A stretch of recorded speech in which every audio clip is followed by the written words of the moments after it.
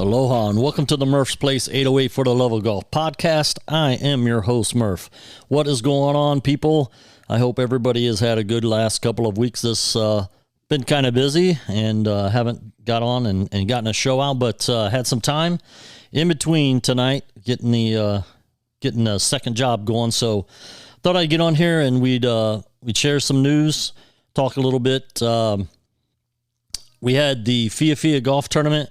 We had the Beach Boys play as always, and a little tournament. I played the U.S. Senior Open Championship qualifier last Monday. We'll talk about that too. But besides that, I hope everybody's been good, been safe. It's been beautiful here in Hawaii. I mean, other than our I guess the COVID cases are back up. I don't even watch the news anymore. But apparently the COVID cases are back up, and they've been kicking around the idea about making people wear masks again and all this other stuff. So who knows what's going to happen. But anyhow, let's get into it. The Fia. Played the last couple of Fia tournaments. This is the first time that I've played actually a couple of them in a row. And nothing has changed, although it may change this week. But nothing has changed. Joe P is still unbeaten. I gave him a run for his money this past Sunday. The Sunday before, not so much.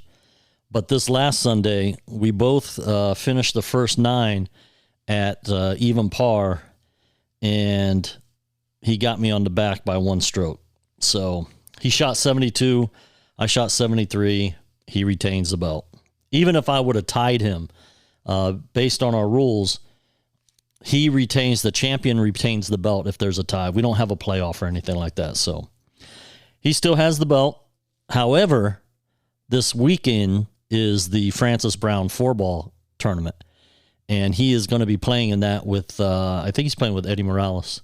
But he's going to be playing on that on Sunday, so as long as we have 4 guys, the belt is in play for the Fia. And I may have to call a couple people to come play with us if we don't have 4 guys. So, but anyhow, he's still the champ. The guy can't be beat. I was close. I almost had him, but no cigar. Beach Boys, they played Mililani last week. And this past week, we played Pearl Country Club. And like I said before, the week they played Mililani, I was playing the U.S. Senior Open Championship qualifier. So I didn't play Mililani, but played Pearl Country Club this past week. Didn't play great, but I played well enough to win the short par 3. So that helped out, and a skin. So I'll tell you, Pearl Country Club before, I mean, they used to hold a lot of, like, they had the state amateur tournament was there. I played there a couple of years in that, and they've had some other, the Pearl Open and stuff like that there, but, you know, I guess the guy that used to own it had passed away, and his wife and daughter took over the operation of it, and they're not golfers, so it kind of went downhill a little bit. But then I got told the other day that Kamehameha Schools is running it now. Because they actually own the property that it's sitting on. So they're running it, and it seems like it's been getting a little bit better. It's been the greens. There's some greens. Quite a few of the greens have some weeds and stuff in them, but for the most part, it's not bad. The course itself is in pretty good shape. It wasn't a problem for me. There a couple of the other guys complained about it a little bit, but I didn't think it was that bad. But anyhow, we played Pearl. I believe this coming week we're playing, I want to say Hawaii Prince, but I'm not 100% sure. So like I said, last week I had the U.S. Senior Open qualifier, and that was held at Waikele Golf Club. Now, this is the first year that I'm aware of, and I've been playing in it for the last 4 or 5 years. This is the first year that has been at Waikele. They either have it at Ho'okele or they have it at Wailai. But this year it was at Waikele.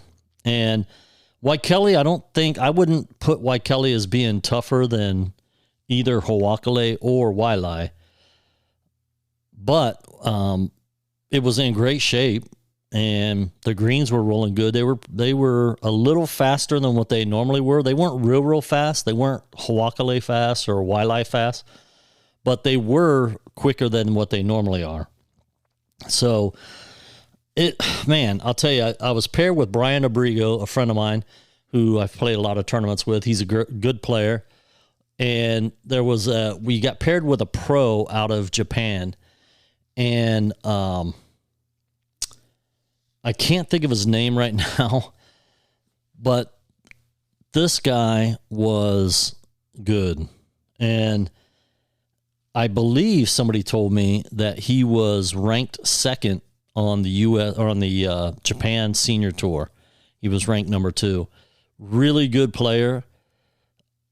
Hit his drive the exact same way. I don't think he missed one fairway. I'm pretty sure it was just one. And it was on a par 5 that we all missed it on hole number 7. But he was just steady. Exactly. Boom. The whole day he was steady. He should have shot. He ended up winning it, actually. He shot 70. They changed it to a par 71. They made one of the par 5s a par 4. And he shot 71, and there was another pro from Korea that shot 71. And they went to a playoff, and the guy from Japan won.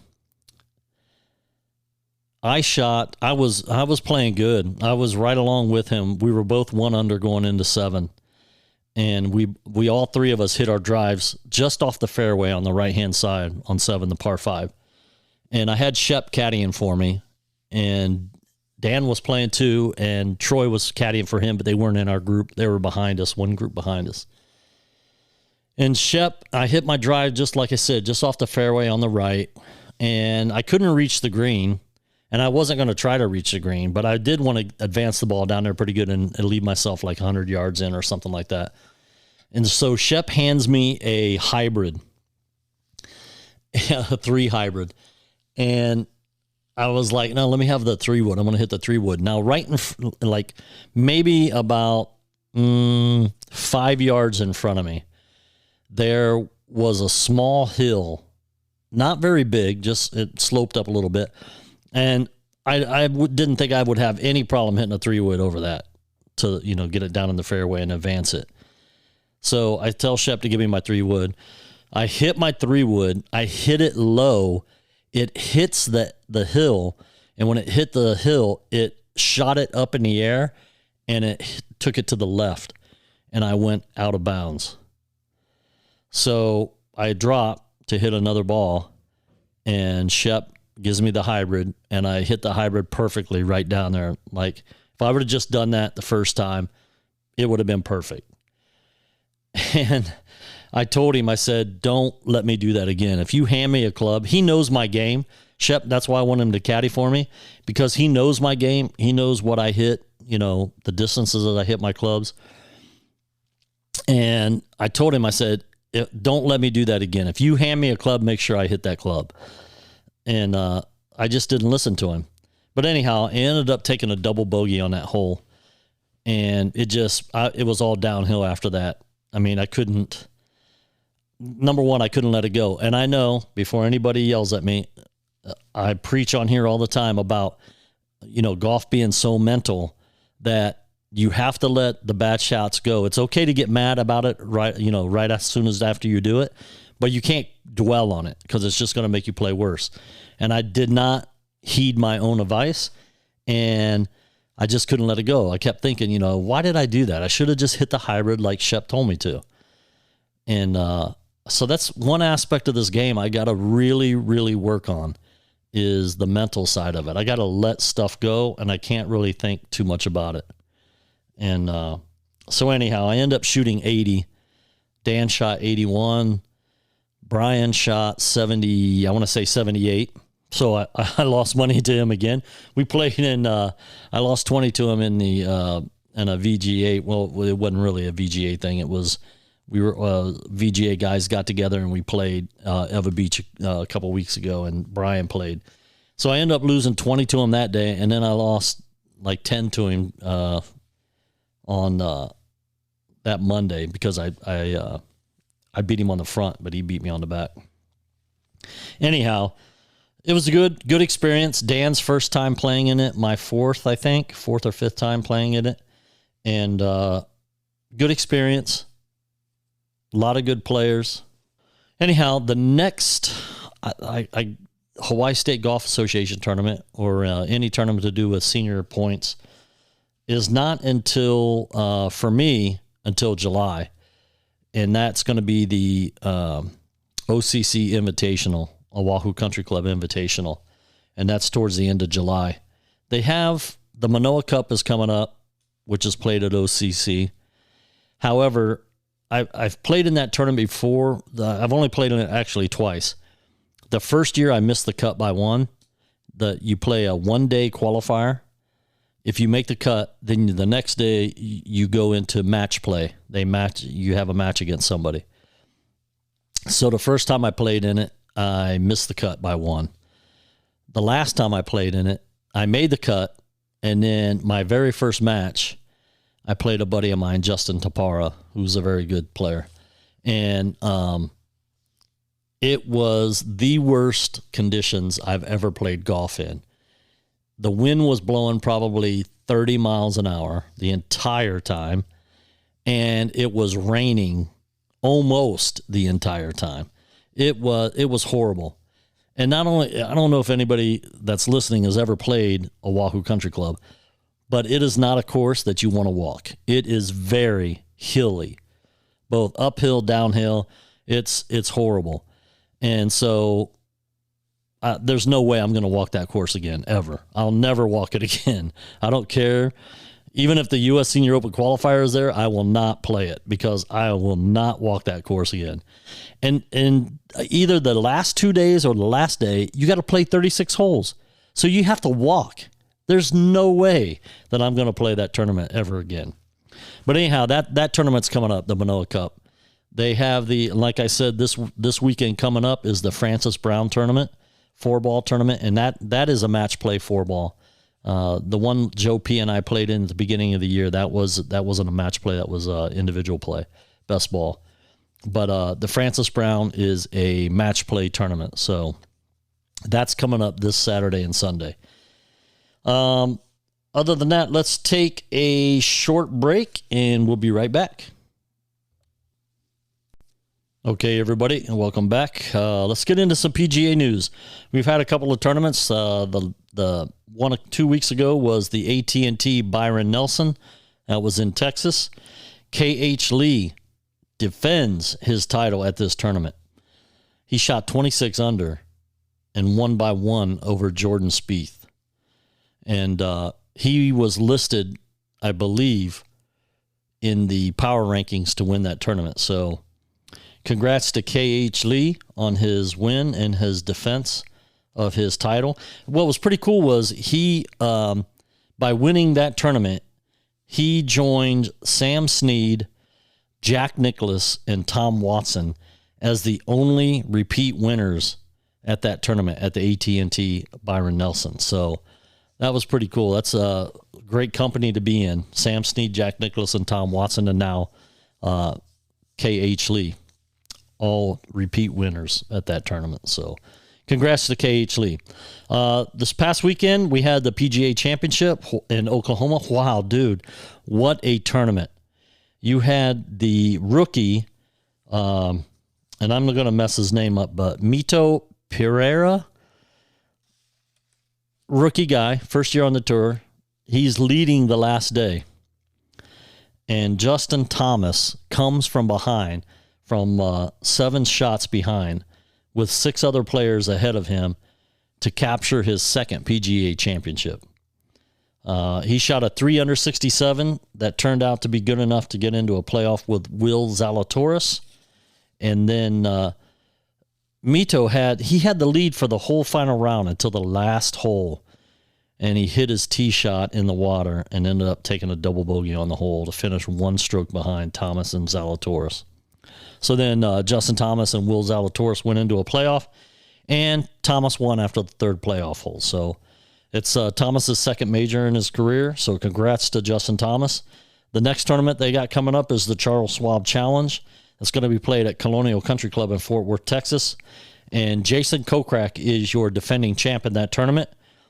The power rankings for that tournament: number 1, they have Jordan Spieth. Number 2, Scotty Scheffler. And number 3, Will Zalatoris. So I told Chris was asking me the other night, or he said, you want me to give you the winner for the Colonial? And I said, who? And he said, Kevin Na. Now, I don't know, I don't believe he was listed in the power rankings, but, even the last tournament at the AT&T, Byron Nelson, I thought that Scotty Scheffler was going to end up winning that tournament. So I'm going to run with Scotty. Scotty Scheffler is my pick for the winner at the Charles Schwab Challenge. So we'll see what happens. Corn Ferry Tour. We got our Brent Grant watch. The couple of last tournaments they played the Knoxville Open, May 12th through the 18th, May 12th through the 15th, sorry. And Anders Albertson was your winner. He shot 20 under and won by 1 stroke over the guy leading in their point race, Carl Jan. Brent, he shot 3 under, and he finished tied for 67th. He had 4 rounds, 2 in the 60s, 66 and 67, and 2 72s. He shot 66, 72, 67, 72. So good job on that, Brent, making the cut, getting to play and cashing. The next tournament was the Advent Health Championship, May 19th through the 22nd. That was in Kansas City, Missouri. Trevor Cohn shot 16 under to win by 1 stroke over Taylor Montgomery.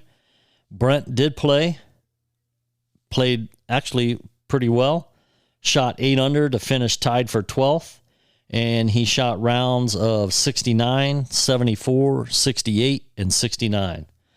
So congrats to Brent. Good finish. Next up on the Corn Ferry Tour, you got the NV5 Invitational, May 26th through the 29th. And I did not see Brent's name in the field for this tournament. So I don't believe that he's playing in it. I'm not going to say he's not, but I'm not sure if he is or not. As it stands right now, Brent is currently in 12th place out of the top 25 to get their PGA Tour card. So all he's got to do is keep doing what he's doing. Keep playing well. Keep making cuts. Keep finishing halfway decent in the tournaments. Now, granted, that 67 is not great, but it is a finish and a cash in the tournament. So he does get points for that. And as long as he keeps playing well, we're going to see this guy on the PGA Tour. I'm almost positive of it. I'm not sure exactly how many tournaments they have left in the season, but I believe that he's going to end up getting his card this year. I really do.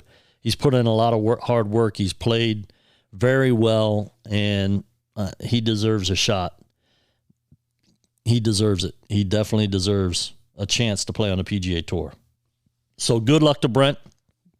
Like I said, I don't believe he's playing this weekend, but if he is, good luck to you, Brent.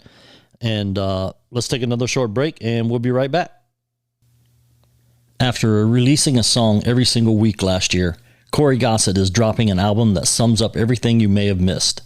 Boy Meets World is available on February 4th. Until then, go listen to the new album from C-Money Baby, Don't Forget the Baby, which includes features from Ohio's best upcoming artists Doobie and Yellow Pain. In 2022, Smart Boy Studios is leveling up their merch game. The new store, shop.smartboystudios.com, has some new products and designs. They will be dropping new designs and items every season this year. Follow at Smart Boy Studios on social media to participate in monthly merch giveaways and visit the website to get your merch now. As always, head to www.smartboystudios.com to stay up to date on new music, new videos, new merch, and any upcoming events. All right, welcome back, everybody. So, I'm just going to reiterate this again, that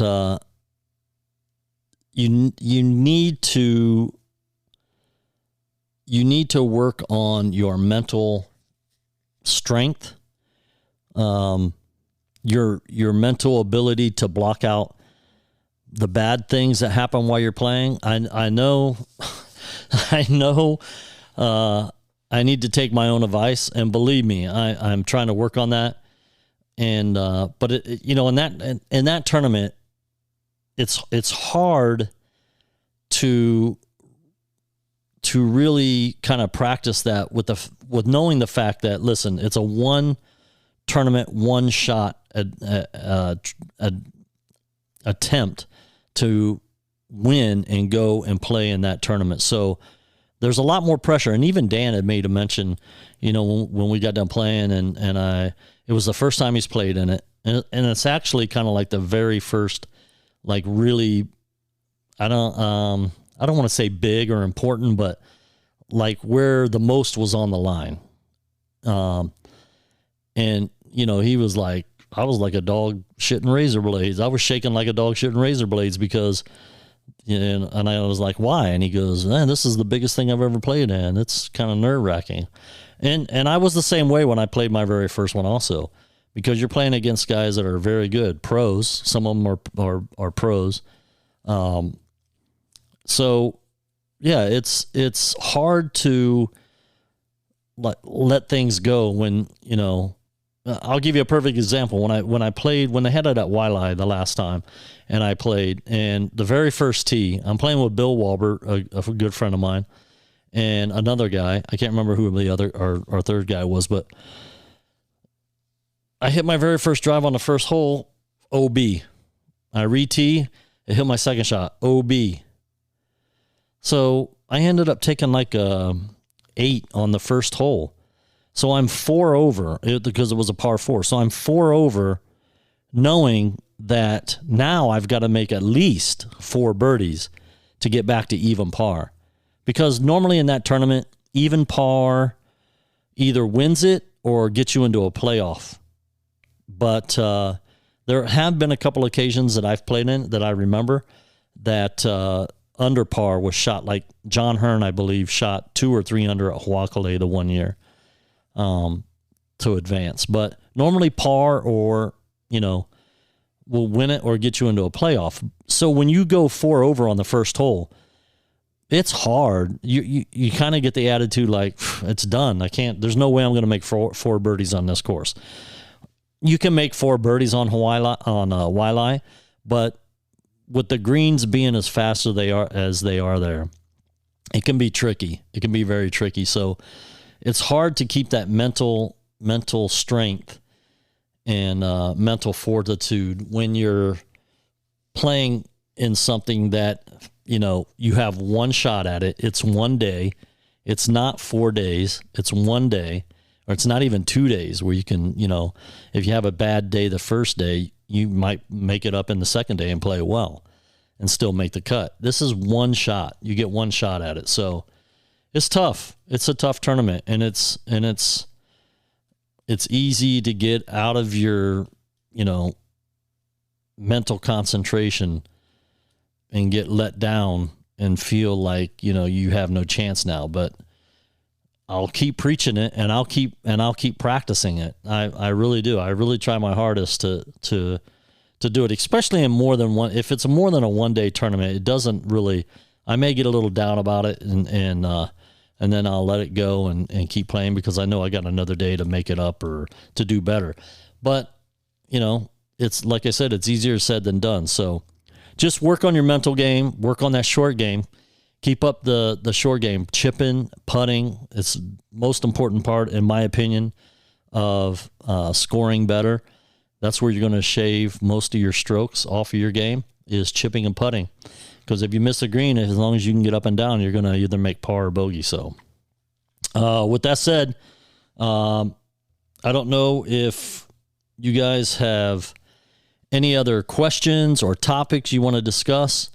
Please shoot me an email at merceplace808@gmail.com. Also, thank you guys for supporting the podcast. It's, like I said, it's mind-blowing to me that there are people that are listening in 14 other countries to the podcast. So I really appreciate your guys' support. And like I said, shoot me an email, ask me some questions, give me some topics that you want me to discuss. So like I said, if you guys are playing golf, hit them straight, hit them long, but don't hit them often. Aloha, everybody.